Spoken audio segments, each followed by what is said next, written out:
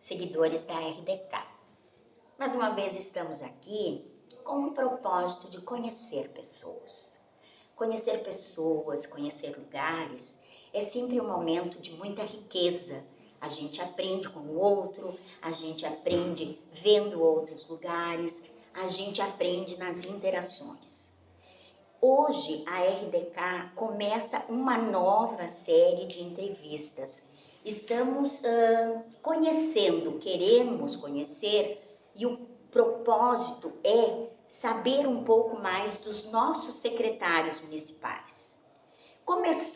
Estreamos essa nova série ao lado do Jonas Schwarzer, mais conhecido por Sula, que vai nos contar um pouco de sua caminhada e vai também falar sobre o cargo que ele atualmente ocupa aqui na prefeitura, que é secretário da Indústria, Comércio e Turismo de Arroio Negro.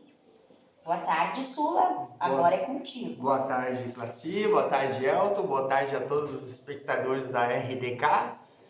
Então, como a Classi, minha amiga baixinha, falou, estamos aqui hoje então para se apresentar mais, né? Não só como estar secretário, mas quem é o Jonas, quem é o Sula, de onde veio, né? Então, começar lá da família, partindo da família para a escolarização, as tuas viagens, as tuas conquistas pessoais, exatamente até isso. chegar aqui. Então agora é contigo. Então, muitas pessoas, ontem inclusive estivemos numa reunião do CONTUR, né, o Conselho Municipal de Turismo, e na ata leram o meu nome, Jonas Schwarzer, e a pessoa ficou pensando, é o Sula. Muita gente às vezes nem sabe meu nome, né? Então, mas bem tranquilo. Eu venho de uma família tradicional alemã, que morei até os 15 anos no bairro Bela Vista, onde foi minha escolaridade na Escola Bela Vista, Municipal Bela Vista, né? Depois nos mudamos então para o Aimoré, né? E continuamos com o comércio no bairro Bela Vista. Posterior a isso, estudei no CNC, antigo CNC, né? Hoje não existe mais, mas é a SEC, onde é a SEC. E posterior eu ingressei então na graduação, na faculdade, Univates. Tranquei o curso de economia, né? Fiz 4 cadeiras, tranquei economia, não gostei, daí eu fiz vendas, um técnico em vendas, né? na Univates, e posterior a esse curso eu fiz ainda processos gerenciais, que é uma graduação, né? Já antes, lá atrás, era visto como o EAD, era visto como não era visto com bons olhos, né? Mas eu fiz EAD, porém, pela Unopar, porém, toda semana, uma vez por semana, a gente tinha encontros para tirar dúvidas e as provas sempre eram presenciais, enfim. Então, eu me formei também em processos gerenciais, né? Já, né, estudando a graduação, assim que eu completei meus 21 anos, eu fiz a carteira D de ônibus, né? E compramos a primeira van, a família toda, né? A gente sempre trabalhou em família e foi através disso que eu fiquei um pouco mais conhecido, né? Pelas viagens que a gente fazia, né? Começou viagens com os vizinhos, preciso ir para tal lugar, né? Pode nos levar. E aí eu comecei a pegar o gosto pela profissão e tive grande sucesso até completar 10 anos de empresa, né?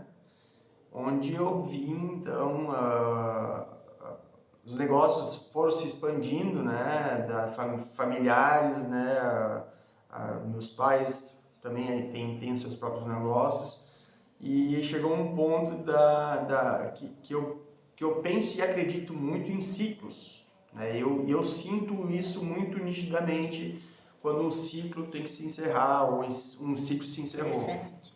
E isso aconteceu quando eu completei, curiosamente, 10 anos de empresa, né, onde eu fazia transporte de turismo, transporte escolar, aqui nas escolas. Quantas vans vocês tinham? Nós chegamos a ter 3, um micro-ônibus e 2 vans, mas o meu sonho sempre foi ter um ônibus grande e isso eu não realizei ainda, né? Mas é uma paixão minha que toda vez que eu vejo um ônibus de turismo passando, eu me encanto, né? Então é uma questão que eu não tive, mas eu sou apaixonado por essa área também. Nada impede que tenha, né? Nada impede, é isso aí. Aí eu, conversando com a família, a gente decidia tudo em família, né? E perguntei se alguém queria assumir, então, a empresa, que para mim tinha se encerrado o ciclo, né? Então, ninguém queria, todos já tinham outros negócios, outras atividades. E é uma profissão, né, transporte de passageiros, transporte de crianças, é uma responsabilidade muito grande, né? Então isso contava muito, eu tinha muito, não digo medo, mas eu tinha muita atenção para não causar nada de... É a pressão da responsabilidade. É muita responsabilidade, exatamente isso, né? Pelo fato de estar levando o bem mais precioso de uma família, né? E então nós decidimos vender a empresa, vendemos, né, a empresa, e posterior a isso eu fiz então um outro sonho que eu tinha, mas até então eu estava muito ocupado atrelado ao negócio. Atrelado ao negócio, eu não tinha a possibilidade de concretizar o sonho, que era fazer um intercâmbio, né? Um intercâmbio de línguas, intercâmbio de trocas de experiências, né? De culturas, e foi no que eu, sem saber falar uma palavra em inglês, coragem, mas eu sentia muito claramente que era isso que eu tinha que fazer naquele momento, e eu fui então passar um período na Irlanda, né, onde é um dos países no mundo, são 3 países que permitem trabalhar e estudar legalmente, né, que é a Austrália, Nova Zelândia e a Irlanda.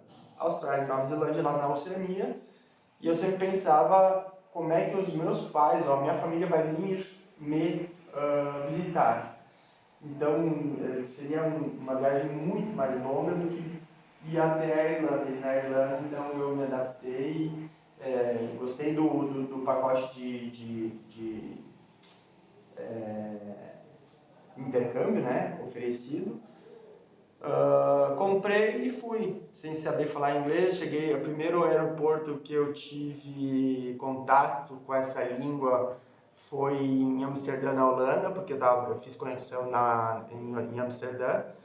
Cheguei na Irlanda, tinha um brasileiro me esperando, né? Então, né, com a língua nativa minha, né, até para me introduzir. Mas no terceiro dia eu já comecei a ir para aula lá, né? Então, para tu estar legalmente trabalhando num país estrangeiro, que nem eles, que nem a Irlanda no caso, tu tem que estar estudando um curso de inglês, por exemplo, né? No mínimo um curso de inglês. Austrália e Nova Zelândia é a mesma coisa. E 3 dias depois que eu cheguei lá, então eu comecei a estudar numa sala de 15 pessoas, era o máximo que poderia ter, era 15 alunos, tinha 15 alunos, 15 brasileiros. Exato. Então, a única pessoa, né, de outra etnia, enfim, era a professora, que ficava totalmente perdida porque a gente só falava português e ela tentava nos ensinar, enfim. Eu comecei desde o início, no beginner, né, que é o início, quem não sabe nada, né, e aí eu fui passando de nível, estudando. Toda manhã eu estudava, de tarde eu trabalhava.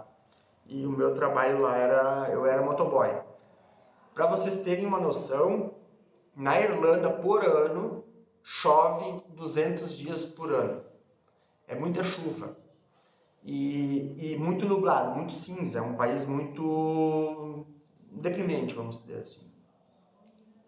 Foi uma das coisas que eu não me adaptei, né? Então, teve dias que eu fazia entrega na chuva, frio, venta muito, porque é uma ilha, né? Então é perto do oceano, venta muito. E eu de moto, motoboy, né? Entregando comida. Teve um dia bem complicado, e meu inglês, mesmo estudando, não era lá grande coisa, né? Eu conseguia me fazer entender, só que era difícil de falar com o irlandês. O irlandês, ele tem um sotaque ainda diferente, né? E isso complicava muito, às vezes eu não achava o local de entrega, e teve um dia que estava chovendo demais e eu pensei, o que eu estou fazendo aqui? E aí era a questão de renovar o intercâmbio ou voltar para o Brasil ou ir para outro país, né? E aí eu pensei, não, eu vou voltar porque realmente, né? Após quanto tempo?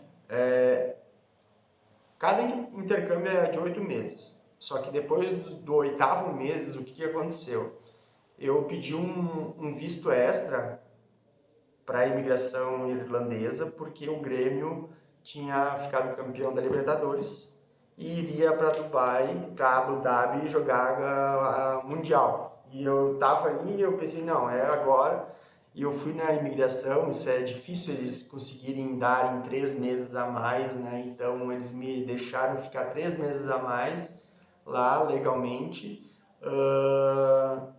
Fui pro Mundial, né, assistir o Grêmio, infelizmente, né, aquela barreira abriu, enfim, tomamos um gol do Cristiano Ronaldo, né, todo mundo sabe, essa foi a parte ruim, eu estava atrás do gol, literalmente atrás daquele gol, e posteriormente a isso eu voltei então, né, isso era em dezembro de 2017, que eu retornei ao Brasil, e desde então eu não tive outra empresa naquele momento, porque a minha ideia era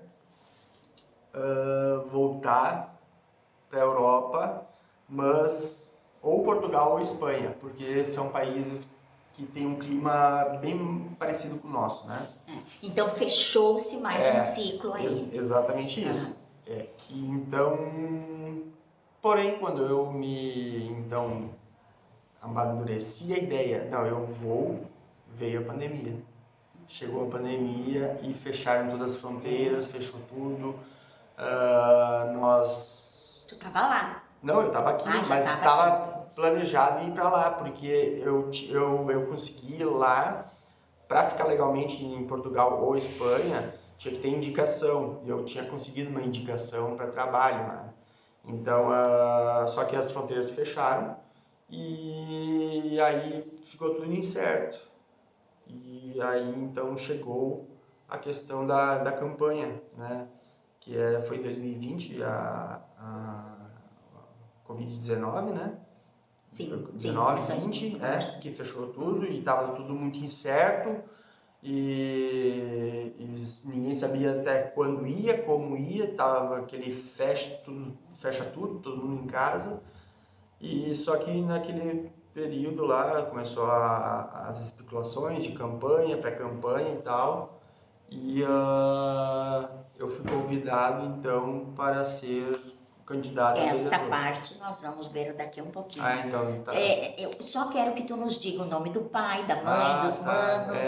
Então eu falo da família, né, mas a gente não acabou se passando. Então eu sou filho de José e Benícia Schwarzer, né? Minha mulher tem uma loja em Bela Vista. Loja Benícia. Loja Benícia há 32 anos já, né? Isso aí tradição. É um fator bem marcante. E eu tenho os meus irmãos, o Joel, a Jane e os meus sobrinhos, então, que eu amo muito, né? E, inclusive a filha da classe, ela era professora de um dos meus afiliados. Então, e como é o nome deles? A mais velha é a Clara. E o Joa? O Joaquim, então era o aluno da Laura. Da Laura. e os outros são o Caio e a Laura. Isso aí. Ótimo.